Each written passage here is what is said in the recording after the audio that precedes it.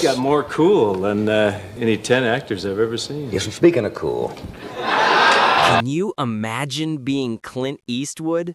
The toughest guy on the movie screen for decades? He's the man with the squint, the low voice, and the gun that makes everyone nervous.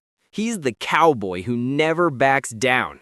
He's got more cool in his little finger than most men can muster in a lifetime. But what happens when the cameras stop rolling? What about the women who saw past the tough guy act?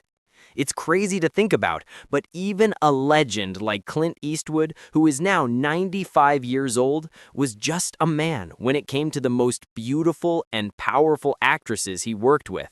He was sitting in a chair, casual but totally commanding, when a younger interviewer asked him a question no one had ever really gotten a straight answer to.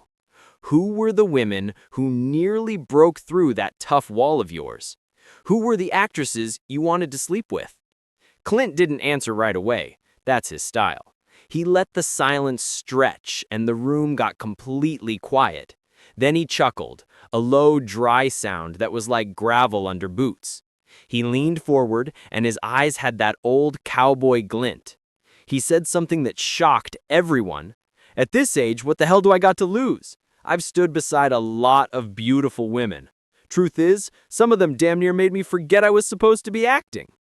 Let's just say there were 7 women in my life who could have made me drop every line I ever memorized. And believe me, standing 5 feet from some of them, that was tougher than any stunt I ever pulled. He explained that people think the hard part of his job was jumping off trains or getting into fake fistfights. Hell, that was the easy stuff, he rumbled. The real test of grit, he said, was looking into the eyes of some of these women and remembering he was supposed to be the tough guy. He said you can fake a punch, but you can't fake the way your heart starts hammering when the most beautiful woman in the world looks straight through you. That, he confessed, was survival. The first woman he named, he said, leaning back like he was bracing himself against a flood of memories, was Meryl Streep. Now that was a surprise to many. They worked together in the famous movie The Bridges of Madison County. He said Meryl was dynamite, trouble wrapped in grace. He remembered how people swore they could feel the heat between them on screen, but he said the camera only caught half of it. The other half lived between takes, in the glances no one wrote into the script. He confessed that Meryl would look at him with her soft but sharp eyes, like she knew all his secrets, and he would completely forget his lines. That almost never happens to him. He shared a secret moment from the movie, the part in the farmhouse kitchen where he lifts her chin. He said people still ask if that was acting. He told the interviewer, "Let me tell you straight, it wasn't." He said that was him trying not to kiss her for real with 100 crew members watching. And he added that if the lights had gone dark and it was just the two of them, he didn't think they would have finished the scene. He said Meryl had a warm, dangerous scent, and if he breathed too deep, he'd think he'd never come back. He ended by saying Meryl was a storm, gentle one second, ferocious the next, and keeping his hands in his pockets around her was the hardest stunt he ever pulled. The next name that came up felt like smoke curling out of an old fire. Sandra Locke. He worked with Sandra on 6 whole movies, and he said that only happens when there's something burning hot, both on screen and off. With Sandra, he said, the fire was nearly uncontrollable. She could melt in his arms one minute and cut him to ribbons the next. She could stare him down without blinking, which she said was a very rare kind of power. He confessed that working with her wasn't just acting, it was like a fight. Half the time, he didn't know if they were in character or not, and sometimes he just didn't care because the chemistry was that thick. He admitted that people saw the sparks on screen, but they didn't see the smoke, the fights, and the scars that happened behind the scenes. They would argue like crazy one minute, and then walk out and make it look like they were the only 2 souls alive. That, he said, was Sandra's power. She could make him furious, but 5 minutes later, she'd make him forget his own name. He said he tried to keep things professional, but the line snapped every time she walked on set. And he ended that memory with a strong statement. I'd walk into that storm again, knowing it would tear me apart. That's the kind of woman she was. Then came a completely different kind of woman, Shirley MacLaine. He called her a firecracker. They made 2 mules for Sister Sarah together. He said she was small, but she packed more confidence and energy than most men could handle.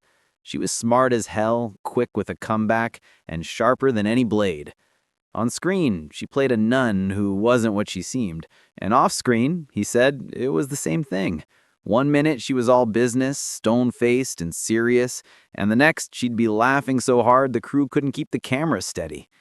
He said when she laughed, it wasn't polite. It was raw and contagious, the kind of laugh that stays under your skin. He said most women he worked with tried to keep up with him, but Shirley made him keep up with her. She was temptation in a different way. Not a slow burn like Meryl or a fire and smoke like Sandra. Shirley was lightning, sudden, sharp, and impossible to ignore.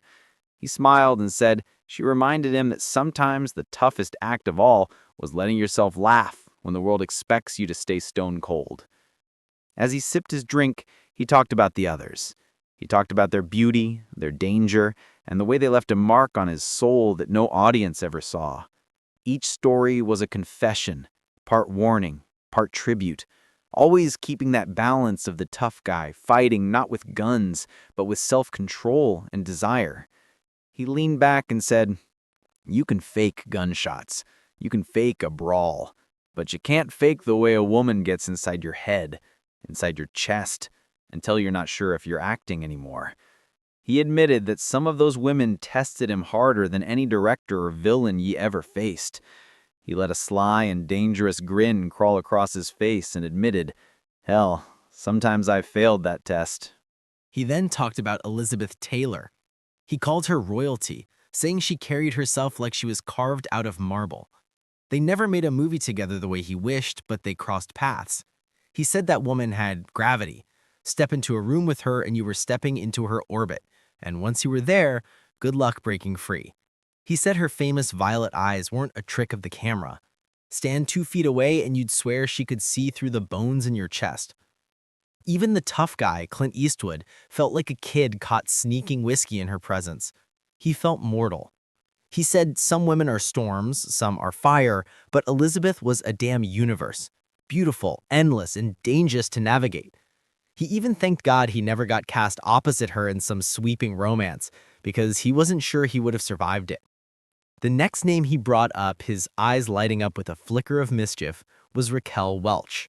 He called her temptation wrapped in danger.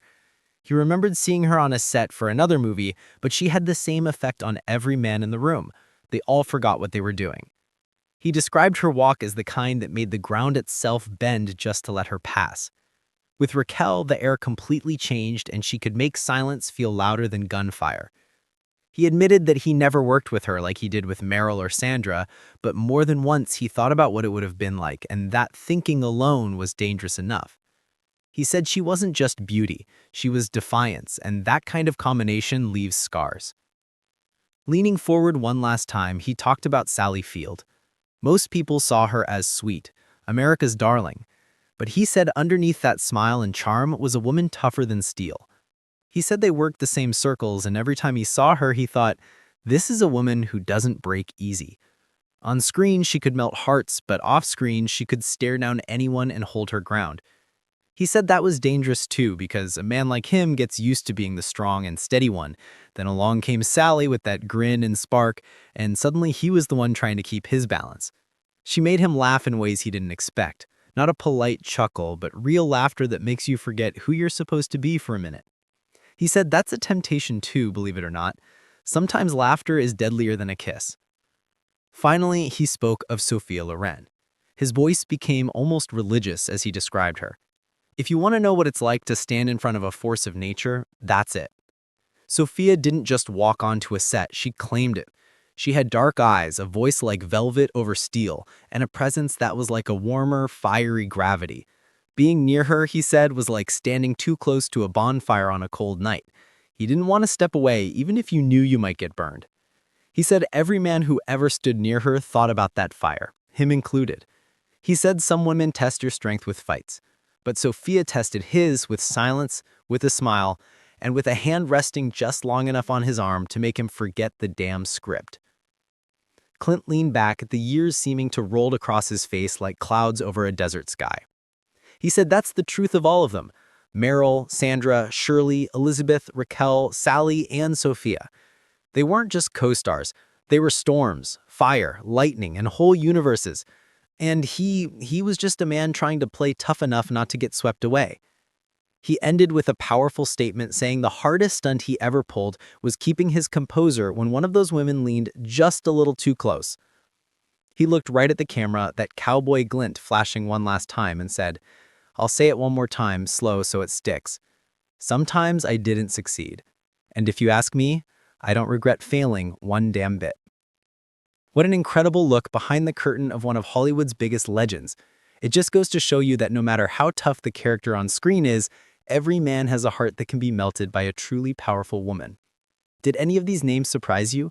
Which one of these actresses do you think had the most powerful in danger? Tell us in the comments below. And if you loved hearing these amazing stories from the life of a true movie icon, don't keep it to yourself. Like this video, share it with a friend who loves classic movies, and be sure to subscribe to our channel for more unforgettable secrets from Hollywood's golden age. Click that notification bell so you don't miss a thing.